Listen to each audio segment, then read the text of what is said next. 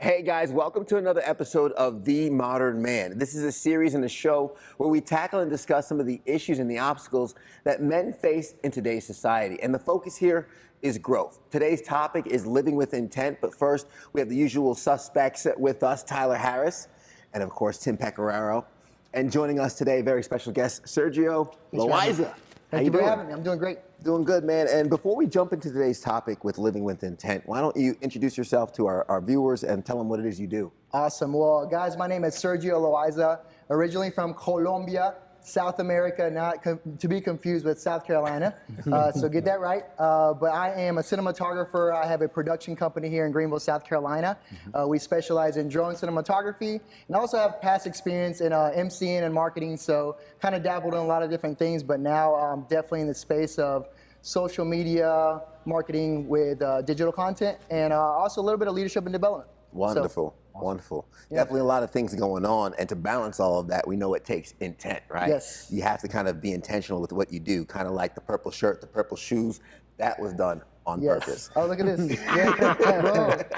But I guess I want to kind of first put out the question, what does living with intent look like? If a man's watching this thinking to themselves, am I living passively or am I living intentionally? What does a life of intent look like? It's a good question. I guess, I mean, for me, I would think there's a lot of people say I did that on purpose, but it may not be good. It may not be something that's beneficial, right? But I did it on purpose. Like there's a lot of people that will live very hardcore and hard line. Yeah, I did that. You know what I mean? Yeah. And whether it was, even if it was damaging. So I guess we want to put it on a higher plane here. So more of a, yes, I did that on purpose, and it's something that I meant to do, want to do, been working toward doing, that type of intentional living. So just want to kind of put that out there to clarify first. But for me, living intentionally is just basically, it's akin to discipline, right?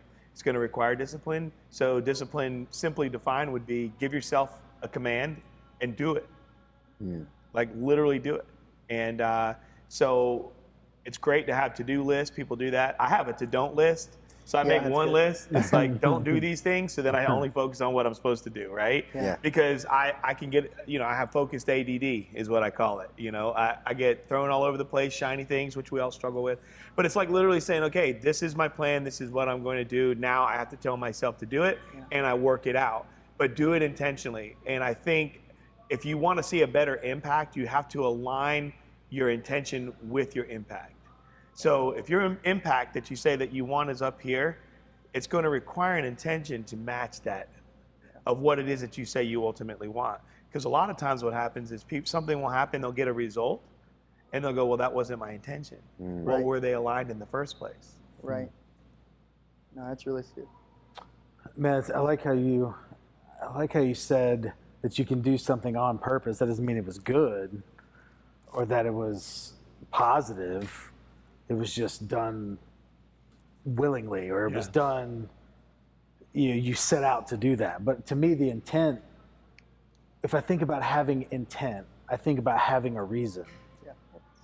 And having a reason comes from knowing why. And so it really, that's where for me it starts, is what's the why behind me doing something. So the why behind the action, the why behind doing something on purpose. And another aspect of intent is just not allowing life to happen to you, but you attacking life and taking ownership and understanding that you're exactly where you are right now.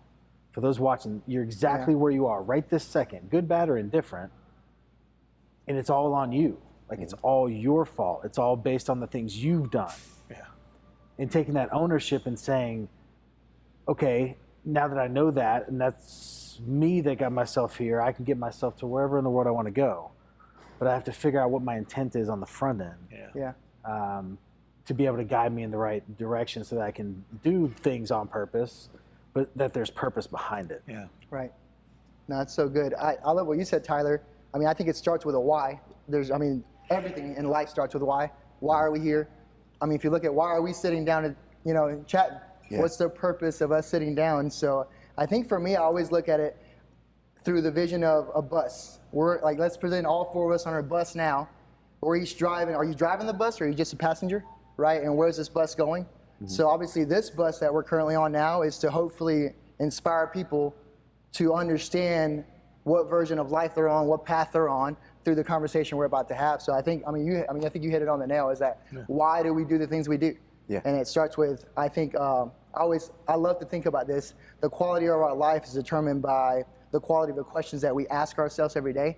And it starts with the why, like, Tyler was talking about, and then doing it with intent and having a purpose behind it. So, focus, yeah. And I think we've all come across that person, right, that seems to, quote unquote, have it all figured out. Where from the outside looking in, because we don't know what's going on behind closed doors for somebody, but from the outside looking in, you see like, man, this person, they have it put together. Whether it's a nice car or whether they're doing great at their job or whatnot, you kind of just can almost see that this person puts out an air as if it looks easy. And we know it's not easy, but is that something that you can look at as a hint for someone that lives with intent? Can somebody kind of just stumble on success? Can they stumble into a great life? Or is that something, do you think, for folks at home watching that kind of want better for themselves, that they have to purposely go out and grab? And I think for me, the tell of a person living with intent is passion. Yeah. That when you can feel the passion coming from somebody, when you can hear the passion in their voice, you can, like, it's tangible. And to me, the only way to be and to show that type of passion is for someone to have intent. Yeah. And so that's probably the quickest tell, I think, for me. Some of the quick things that come to my mind, like when I see someone that's like always moving fast, like wherever they're going, like they're just like, they're on a mission. Like they're like, I have to get somewhere because I have to do something because I have intent behind what I'm doing. Yeah. I'm sure there's examples, but I can't really think of many of someone that lived a life like that didn't have intent. Yeah. That just was an intense walker. I don't know what that. Yeah. They just like were super intense. Like I gotta get there. I like that. But usually, While walking through life. yeah, while walking through life, you're not really going anywhere. You're just That's funny. there. Well, guys, I gotta go. It's not that time. Yeah.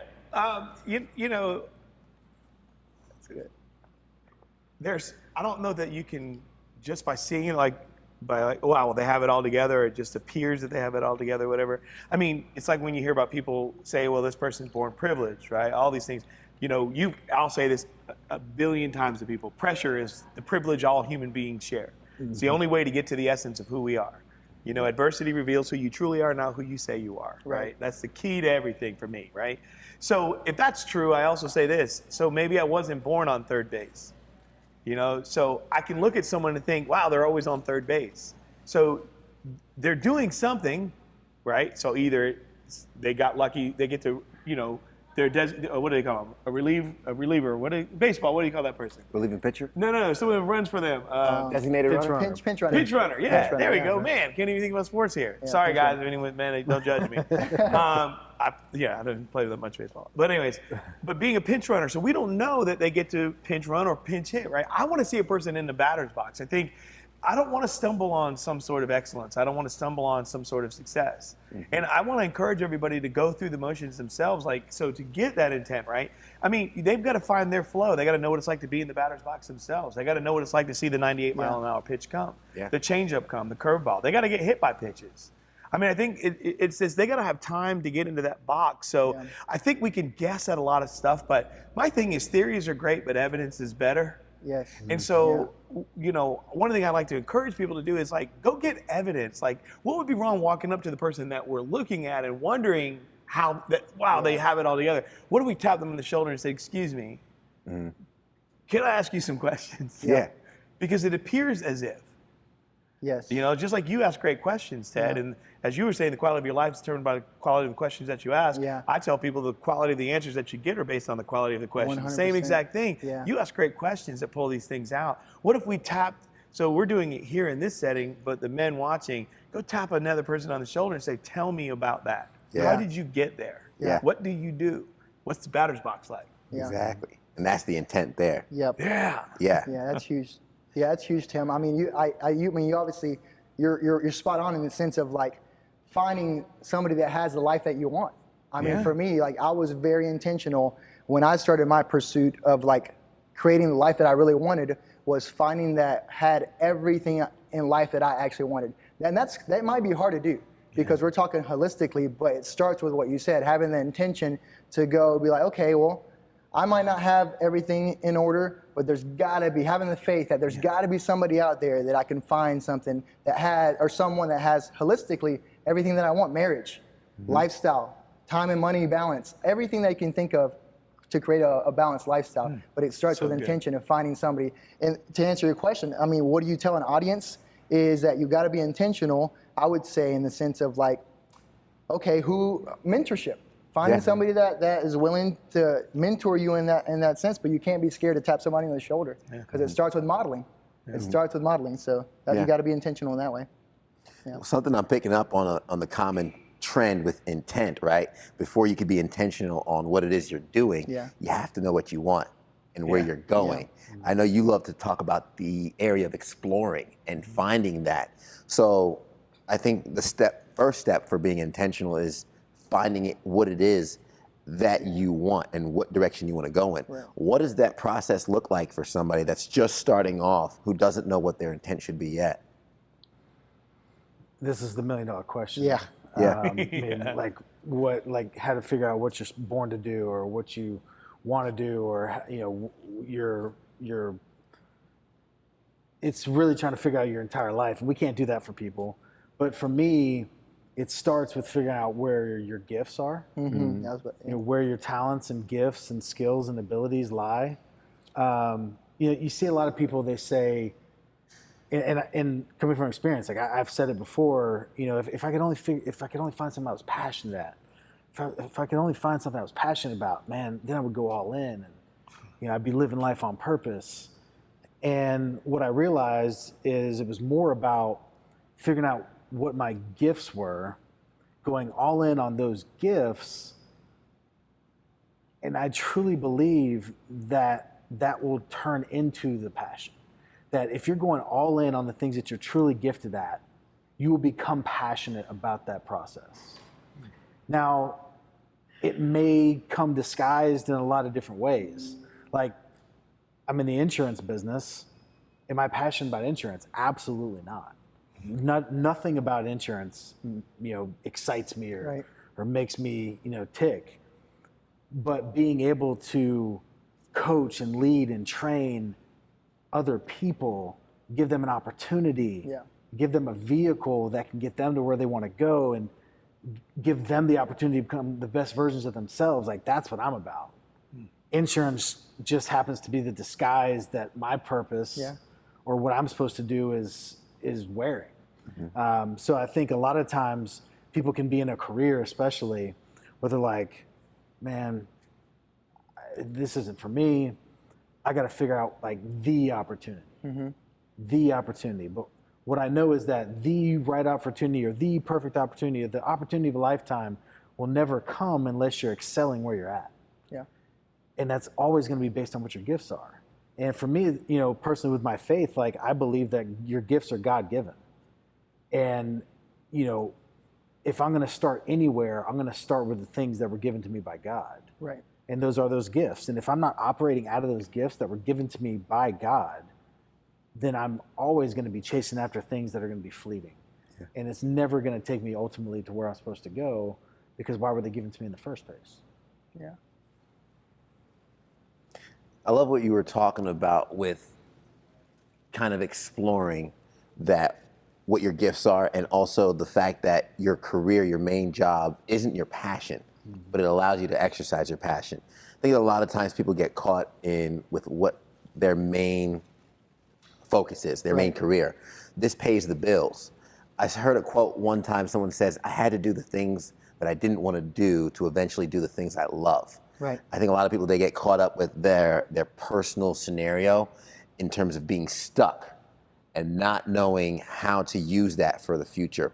How can somebody take their current situation that's less than ideal, whether it's a job, relationship, or anything? How can someone take their current situation that's less than ideal and make that their own and mold it into something to use intentionally for the path that they want to go on?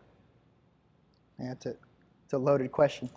Yeah, Yeah. That's good. you know, and I real get to good. work with people doing this a good bit. And so, like, if I was delivering pizzas for Pizza Hut, you know, say that was my work, and I know I was made for more, right? And I'm not knocking, because I did literally do this. I had a job that I was doing, and I delivered pizzas.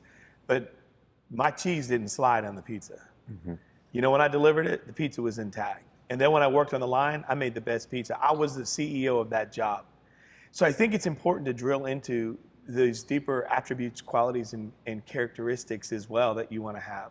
So, you know, part of it is maybe, you know, I think symmetrically, right? So maybe engineering is my desire, but I'm working at Pizza Hut. So when I lay out my pepperonis, it matters to me, right? And I lay them out in a way where it makes sense, right? I mean, just there's balance to it, you know, because I look at it that way. Yeah. So it's like, what are the transferable things? What are the qualities and values? So I try to get people to look into key areas of course, know your skills, but what are some of your attributes? So in other words, if you had a job that paid you $50 an hour, you lost that job, economy's down, say, and then someone offers you doing the same work for $25 an hour.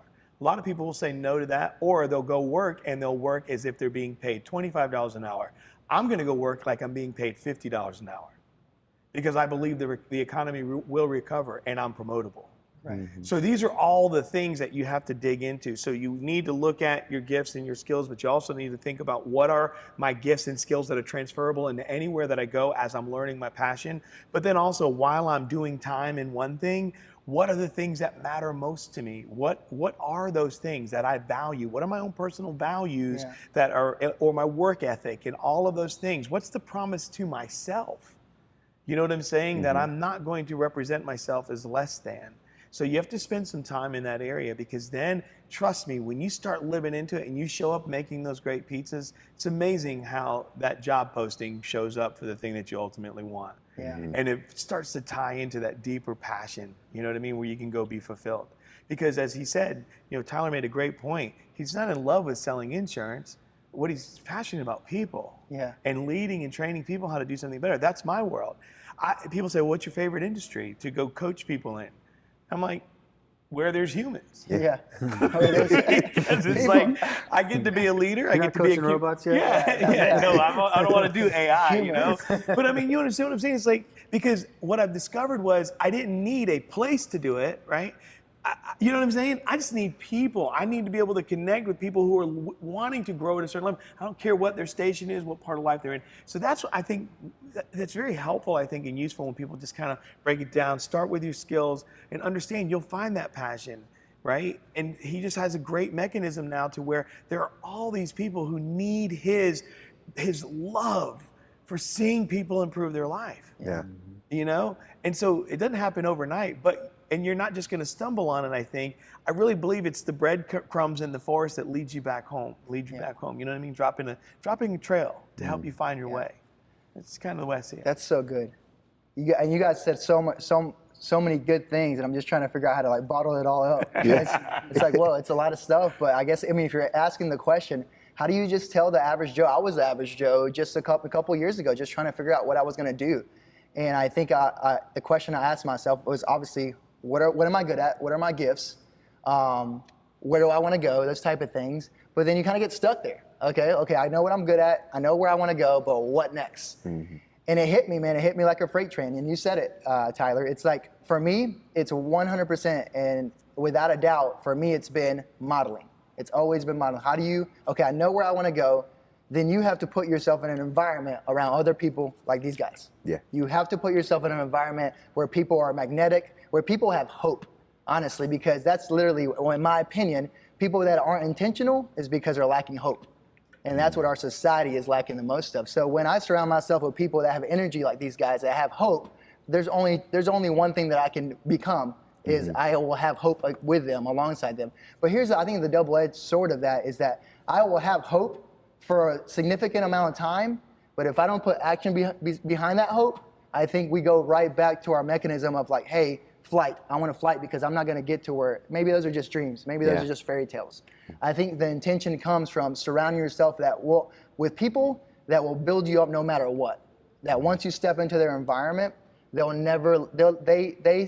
see dreams, goals, and all the possibility in you more than you see in yourself. Therefore, when you get in that stage, the intention doesn't really have to be there. You've got a support system of people to help you kind of just go through. Yeah. And for me, that's So what it true. was. For me, that's exactly what it was. I was kind of looking and then was like, okay, well, what am I going to do? Where am I going to go here and there? And then the biggest thing is that I was in my gift, which at the time was photography, MCing, but I wasn't scared to pivot for where I really wanted to go in life because I knew it was possible. So I was operating here, but as soon as a door opened, I mean, I'm a man of faith as well, and one of the things I heard the most is that the worst thing you could possibly do is not walk through a door that you prayed for. And so for me, I was asking for something, and when I was operating here asking for something, when it came to fruition, and I was like, I think this is it, I had to take the step through that door. Yeah. So, and that door was that, That was- people. Yeah. I was gonna say that was like my situation with anchoring. I said I wanted more on airtime, more of a challenge or whatnot, and anchoring opened up. I was like, this scares me. Yeah. Let's go. Well, you know, it's so funny because that's what people will do, and it's like you got to walk through the door that you prayed for, as you said, right? Yeah. Some people's hope for. First of all, hope's not a strategy. You got to have some action. You got to step through, right? And I tell people it's kind of like that waterfall. Like if someone says, step through this waterfall, and you don't know what's on the other side. I mean, it's just coming down. It's like a sheet of water, right? It's a tough thing, right? But the thing is we all have to remember that the future has a way of coming in unannounced, right? But every time you open the door, the future comes in. That's the thing. Every door you open, it's not just the one that you want open. Every time you open the door and you step into a new day, the future is coming in, right? And the thing that I think, if you're not living intentionally, that makes me, I think, the most concerned for people is they're not ready for what I said. They're not ready for what they're asking for. That if you could get it's like a person that opens a restaurant. Yeah, we could serve 300 people a night or whatever, right? We can do. They get everything they want, and then you see they're not prepared.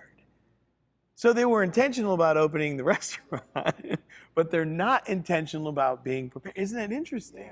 Yeah. All the things that fall through, is it bad luck? I mean, because there's depth to that preparation, because even when you said you made the pivot, there was something else you were still doing to prepare yourself for, right? So the work didn't stop, so you took action to go through the door, but you still had some sort of, what was in your engine to keep you going? What was that? It was probably honestly the thing that kept me going was, for me, it was just the questions I've always asked myself. It's just belief in myself that I was created for something more. And some of us, I'll be honest, some of us are lucky to have that just instilled in us by our family members, our parents, and some people are just born with that in them. But if you're not, you've got to surround yourself with people that are. And once I did, it caught fire. And so what kept me going is like, you know what, this is good, but there's more. This is good, but there's more. So I always wasn't content. I always knew there's more people I can help. There's more things I can do. Photography is awesome, but there's got to be something more for me. And it wasn't in an arrogant way. It was just like, for the same reason that you guys, like, ultimately, I like humans. Yeah. I like people. So that was kind of the pivot that I wanted to take towards. There's two things, So to what you just said, I think there's this continual process of alignment in looking at what you're doing, looking at the intent behind it, looking at your gifts, looking at your purpose and your passion, and making sure that these things are all aligned. Because just like you said, if you've opened a restaurant, the intent is to fill this thing 300 people a night, but then all of a sudden that happens, and oh my gosh, like, what do I do? You can go through life and you're basing it off of your gifts. And the best example I can give is this guy I interviewed one time on my podcast, played a little bit in the NFL, incredible guy. And, he was gifted at sports. And so he was operating out of those gifts, and football happened to be the main focus there. But there was an alignment issue. And when he got to the NFL, things started to crumble around him. And it was because his intent was different at that point. Right. His passion was different at that point. And I'll never forget when he said this line on the podcast, it just hit me. He said, man, I realized ultimately that I had gotten what I wanted, but I didn't want what I got. Yeah. That's so true. And that's what happens when you're just following these things from years back, but you're not constantly aligning and making sure there's an alignment there. But to me, what this boils down to, I believe in our society, we have an epidemic of opportunity entitlement. Yeah. And the problem with it is the higher level performer you are, the less immune you are to it. Yeah. Because if I know I can operate at this level, but my current opportunity only has me in this type of career or this type of whatever environment, there's an entitlement issue there that you have to constantly be focused on, making sure that you're doing what you're doing right now to the best of your ability. And to me, that's the definition of integrity. But to be able to be in a current opportunity, it's almost like that old saying, playing the hand you're dealt like it's the one you wanted. Yeah. Like excelling and going all in and putting 100% effort in your current opportunity as though it's the perfect opportunity. Right. And in doing that, there will be a progression that gets you to where you want to ultimately go. The alternative is what I see so often is people saying, well, this is what I'm meant to do. I don't have time to mess with this. Yeah. I don't have honestly, as though it's like something that could hurt them. Like if I spend too much time here, like it could somehow, hurt those skills and gifts and abilities that I have that are pushing me towards this. It's like, no. Like your integrity says, go all in where you are and show the people around you that you're willing, what's the sweep streets, like that's like you're willing to be the best, the very best at whatever you're doing right now. And I think that's where so many people are that are watching this. They're in a situation and they feel like, man, this is not what I'm supposed to be doing. And so it creates this friction inside them, this almost like this storm inside them that's like, I'm not supposed to be doing this, but I'm supposed to be trying my best. Like this is not what I'm supposed to do, but I'm supposed to put in the most effort imaginable into it. That creates friction there. But to understand that what you're supposed to be doing will never come until you go all in where you're at is very prerequisite. It is a prerequisite, and it may be one of those tests. And okay, I'll give you this if you show me you can handle this well. Like to kind of the, to whom much is given, much is required. Right. Like I'll give you little and make sure you can handle that. Then we'll give you more. And make sure you can handle that. And then we'll give you more. But I think there's so many people out there right now, especially in our generation, that they think that they're supposed to instantly go here, not realizing that like so many people I see coming out of high school, coming out of college, thinking they're supposed to be making what their parents are making, not remembering that it took their parents 40 years to get there. Yeah, but it's funny but they can get all of that through credit. To give them the illusion that they've already made it. Or they can at least do you see what I'm saying? Or they can at least make it look on social media like they've there. got everything. But inside, they're not anywhere close, which is where the anxiety and depression and all that is stemming from. It's a problem. I do want to kind of touch on something you and Sergio were hitting on to with the discussions of the intent and modeling and whatnot. And it even does come down to what your current situation is and how much effort you're putting into that. I don't want intention to come across as just actions. I think it's also relationships, the intent behind the people you surround yourself with. Because, I know you guys, Charles or whatnot, I mean, I'll be on air one morning and Charles will text me, tell me if my tie's crooked. He'll tell me if I'm messing up a story. When I was first anchoring, he literally was telling me, he's like, Ted, slow down and get your words right. but you need those people around you who are going to tell you when you're not excelling in your current position, or needing those people to model yourself after to a certain degree of knowing where it is you want to go. So the intention, not just through your actions, but your relationships, can be huge, right? So I guess kind of what I'm trying to shift gears towards here when we talk about the intent of our relationships, how do we audit the current relationships and transition into those passive relationships where we all know that no new friends, Right. song, and I have a lot of people who submit to that. No new friends. Well, if you're with the friends you've been with since elementary school, hopefully you're growing together, and that's a good environment to be in. And if so, I think you're very lucky. But how do you kind of break that? I guess that mold and that thought process of just sticking with the friends I've always been in school with to, no, let me make these relationships. Yeah.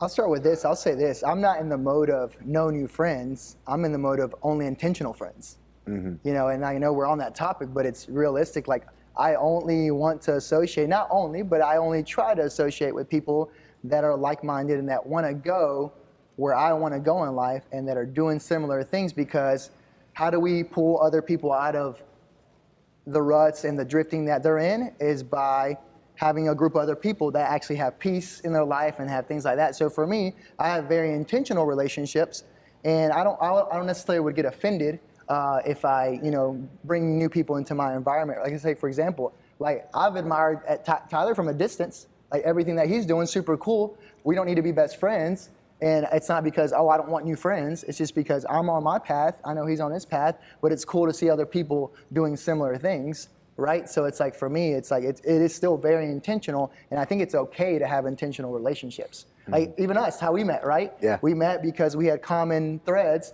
and we don't hang out every day, but we still talk and associate because of like-minded things, right? Yeah. So for me, it's just about that, having very intentional relationships at some point in your life. And then it gets even deeper, obviously, when you're talking about, romantic relationships and things like that, for sure, of course. Sure. That's even more intentional, I think. Yeah. Yeah. Which, feel free to touch on the romantic side, because I mean, having a life partner, me with my girlfriend, we talk a lot about what our plans and our futures are going to be. So I think, those relationships that take up most of our time are really going to have the biggest impacts on us. 100%. I think there's a big difference between like recreation and escapism. And a lot of our friends that we've had for a long time, we can spend time with them and we're not growing. Yeah. There's no real intention behind it. And if there's no intention, I would beg to say it's a bad intention, that there's only good and bad intentions. And so if I'm going to go hang out with a friend that I've known forever, and I know in doing so that I'm not going to do a single thing that's going to move me forward and make me a better person, Right. then there's bad intention behind that decision to go hang out with a person.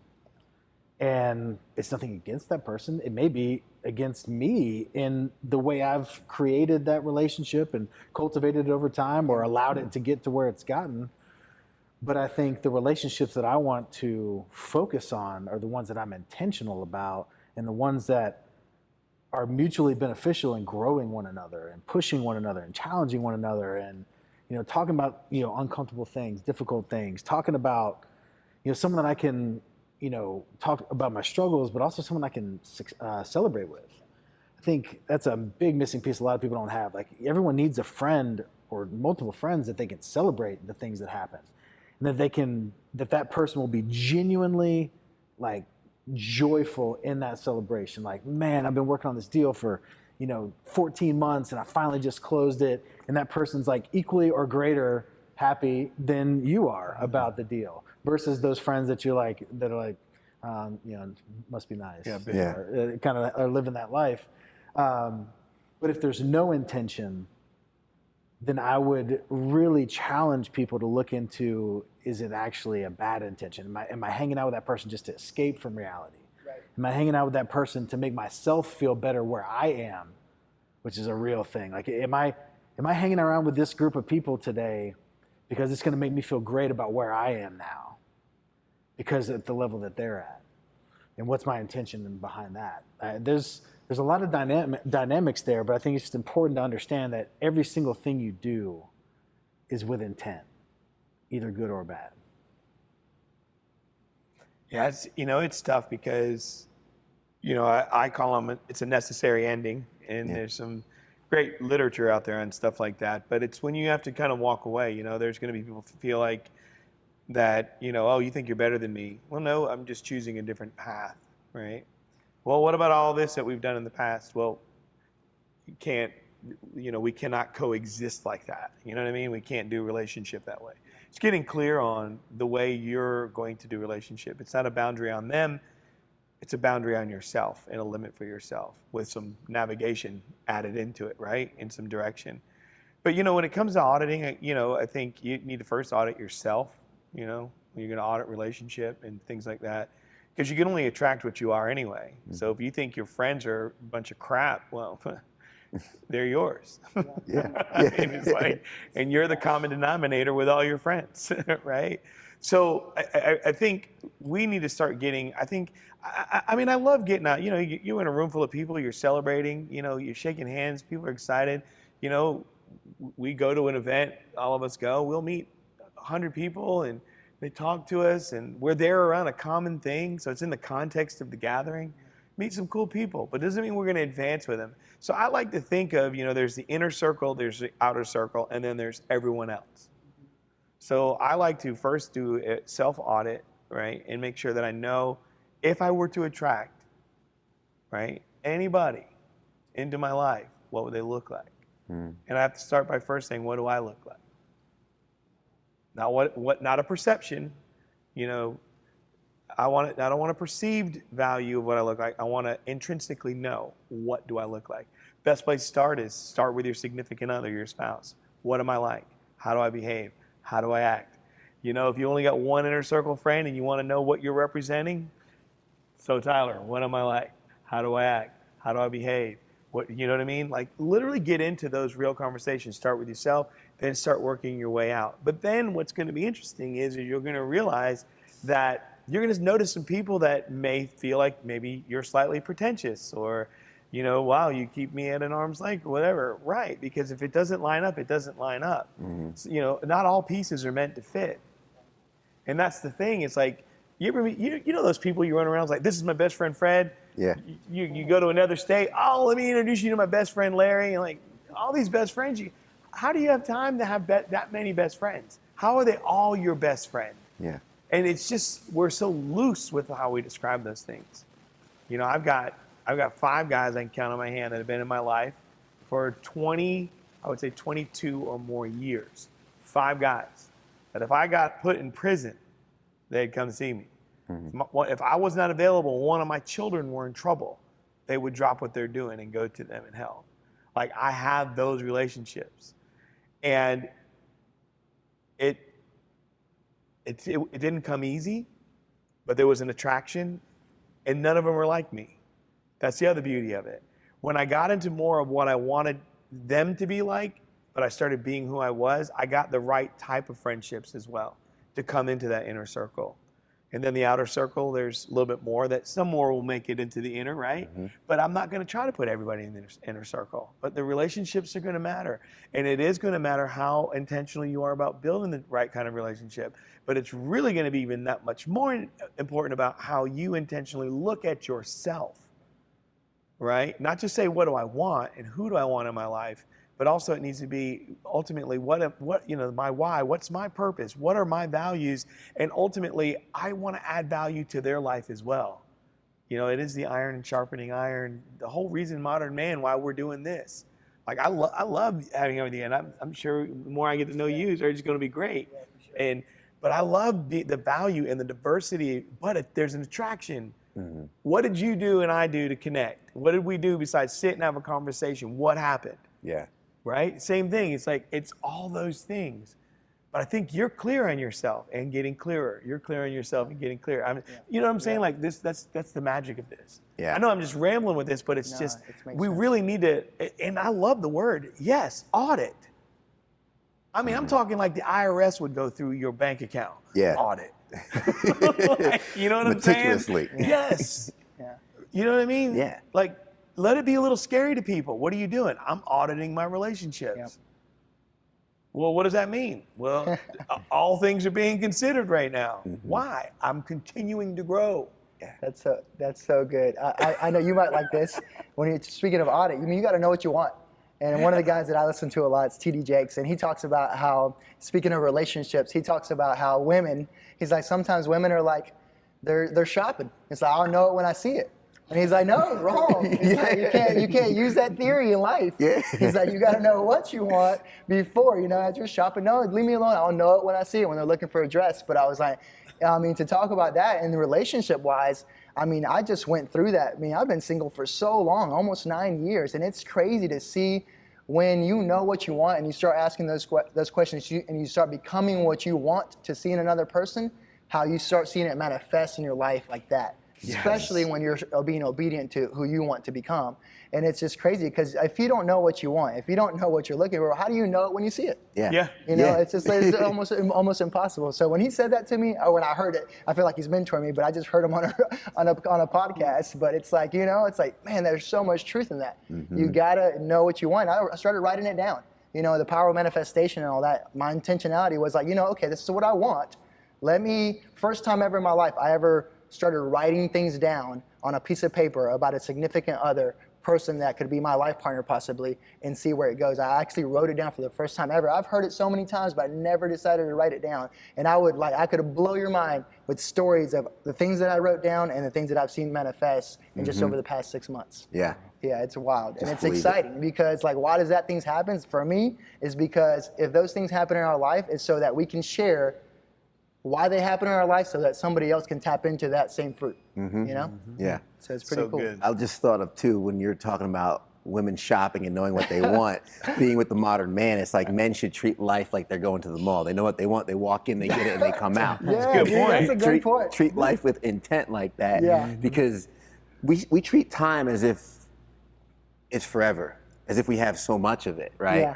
And when you mentioned the relationships, people could be in a relationship for 2-3 years and be like, oh man, it wasn't what I wanted. Well, you spent 2-3 years in that relationship, You should know something by now. You can't get that time back. Yeah. And that goes with not just romantic relationships, but friendships, jobs, and things like that. So when we mention audit, there are things in our lives and time that we're giving energy and time to things that aren't serving us. Right. And that's taking away from the things we truly want. That's good, dude. Absolutely. Anybody like have? pendulum. Yeah. Anybody have any last thoughts on living life with intent? Man, one last thought I had, in regards to auditing, the friends you're hanging out with, people that you're spending time with, because I went through a period over the last 5 years of just rapid growth and transformation, and I separated from myself from a group of friends, and I did it in a really bad way. And looking back, really, and just as we were kind of talking through this, I realized that the whole "it's not you, it's me." That really is, and I've never really said this out loud, so I'm kind of thinking this through. But it wasn't that I was hanging out with the wrong people; it's the people that I was hanging out when I was the wrong person. Okay. I eliminated them from my life because of who I was when I was around them. Yeah. And so it's not just about auditing the people that you're spending time with, it's auditing the person that you are when you spend time with those people. And looking back now, because I've burnt some bridges with a lot of those guys. And it was a painful process for me to go through. I had some core group of friends. We hung out for a long time. Right. All the time. And, I had just moved into a different part of my life. I quit drinking, I quit going out. And so those people represented a time period for me that was painful, and it was like self-sabotaging, and they were great people. They didn't have a problem in that era. Yeah. It was me that had the problem, but I eliminated or alienated myself from them, not because of anything that they did or didn't do. It was because they represented a version of me that I was trying to get far, far away from. I don't think I ever really communicated that very well to them, certainly, but even to myself, that was why I handled that so badly. And that's probably something I need to communicate to them at some point. But I think that's important. We have a list. Yeah, well, and I'm glad we're rolling. So this is it. Thanks, guys. Appreciate it. Sorry, I apologize. But I mean, that's and I think that's an important thing to look at when you're auditing those friendships. So true. Is auditing who you've been through certain stages with those people, because it's not always going to be their fault. I don't want to hang out with Joe anymore because Joe's a bad influence. Well, maybe you were just a bad person when you used to hang out with Joe. Yeah. And now that you're not a bad person anymore, then maybe Joe in your mind is tied to you being a bad person. Yeah, right. So I think it's important because so many people, we always hear like audit your circle, audit your circle. You know, take one negative person out, put one positive person in, like just this constant continual process. But the reality is like these are human beings. Yeah. And you have to be way more Gentle. thoughtful and gentle in going through that. One of the previous Modern Men episodes, we talked about that sometimes you can add so many people in so quickly that can be the problem. And I used to think that was my issue, is that I was adding so many other people that the people that were already there just kind of like got kicked to the curb because there's only so much time in the day. Yeah. That's so true. But now I think it's a combination, really, of those two things. So I would just challenge people that, like, as they're starting to audit these different areas, that they're really mindful of who they are and who they were within the boundaries of those relationships before they just all of a sudden start making big decisions and cutting people off, because it's, you know, it's needs to be a lot more thoughtful than that. Yeah. Right. It's like going to Vegas with $10,000. You save money. You went to Vegas. You're with a friend that will blow $100,000. You blow your $10,000 because you were winning a little bit. Then you maybe you got it to 70. You lose all of it. Yeah. You come back without your $10,000 and you blame that person. Mm-hmm. But yet you tell everyone how good you are with money before you left. You see what I'm saying? It's like, so you didn't become that person because of them. It's who did you become to be with them? Yeah. Right. It's the price you pay to be with them. I mean, Yeah. I love that. It's great. Yeah. So please be careful with the audit. Don't put it on everybody else. Yeah. Yeah. You don't make me like I am, right? I mean, to be honest with you. Yeah. Yeah. You know, you ever hear people say, I don't want to do drugs and make you be an idiot? Let me tell you something.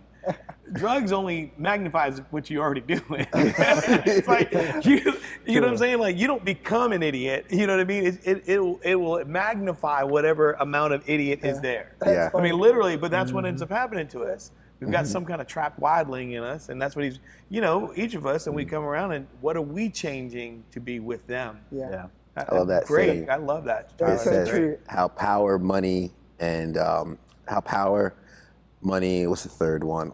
Power, money, and alcohol. It doesn't Yeah. change who you are. It increases Yeah. who you are. It amplifies it. Yeah, Yeah. It's an amplifier, man. I always tell people, I was like, you guys don't want to see me on drugs or on alcohol. That's why I never do it, because I'm already crazy. Like, why in the world would I want to amp this up?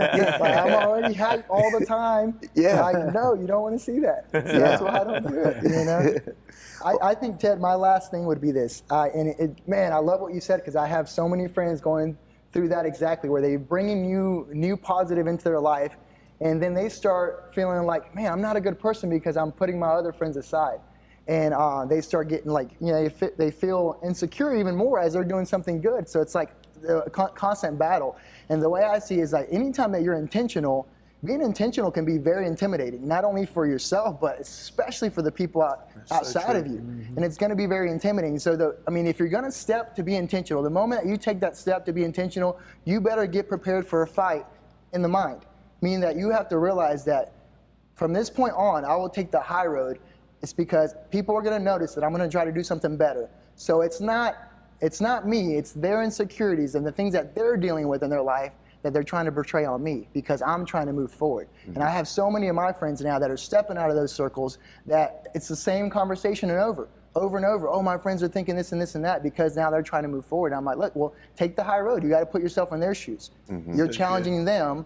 You're challenging them, and you're reflecting all the things that you're doing now into their life, and it's the crab in a bucket syndrome. Yeah. It's the crab in a bucket syndrome. It's like, hey, as soon as you start climbing out, people are going to start pulling, not because they don't like you, not because they hate you, not because they think you're better than them. It's because they don't know what else to do.